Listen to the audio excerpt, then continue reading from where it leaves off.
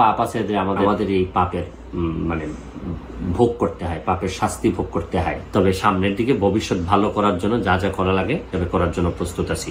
আশা করি আপনারা যে কষ্টটুকু করতেছেন আমি এটার জন্য দুঃখ প্রকাশ করতেছি। শুরু করিতেছি মহান আল্লাহর নামে, যিনি পরম করুণাময় এবং অত্যন্ত দয়ালু।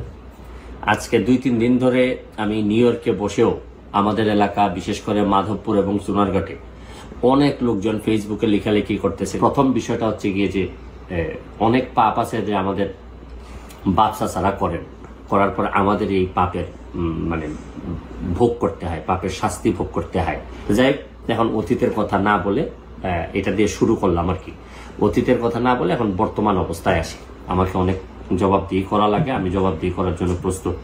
তবে দোষাদোষিত করবো, আমি সিদ্ধান্ত নিচ্ছি যে প্রয়োজনে আমি মাধবপুর সোনারঘাটে মহাসমাবেশ ডাকবো। এই মহাসমাবেশের মধ্য দিয়ে আমি হবিগঞ্জের সব যারা আছেন তাদেরকে একত্রিত হওয়ার কথা বলবো। আমি আরো যারা 3 জন এমপি মহোদয় আছেন তাদেরও দৃষ্টি আকর্ষণ করতেছি। চলেন আমরা একত্রিত হই, হয় আমরা মহাসমাবেশ করে আমরা নেত্রীকে জানাই দিই, প্রয়োজনে যে জায়গায় নক করা দরকার আমি এই জায়গায় নক করব। আমি জানি না যে আগে তো আমাদের এলাকায় মন্ত্রীও ছিলেন, তারা কি ব্যবস্থা নিলেন, কি করলেন, কেউ তো আর সব প্রশ্ন করে না। আমি এখন আর করতে চাই না। তবে সামনের দিকে ভবিষ্যৎ ভালো করার জন্য যা যা করা লাগে করার জন্য প্রস্তুত আছি। আশা করি আপনারা যে কষ্টটুকু করতেছেন এই কষ্টটুকু আমি এটার জন্য দুঃখ প্রকাশ করতেছি। আপাতত ভালো থাকবেন, সুস্থ থাকবেন।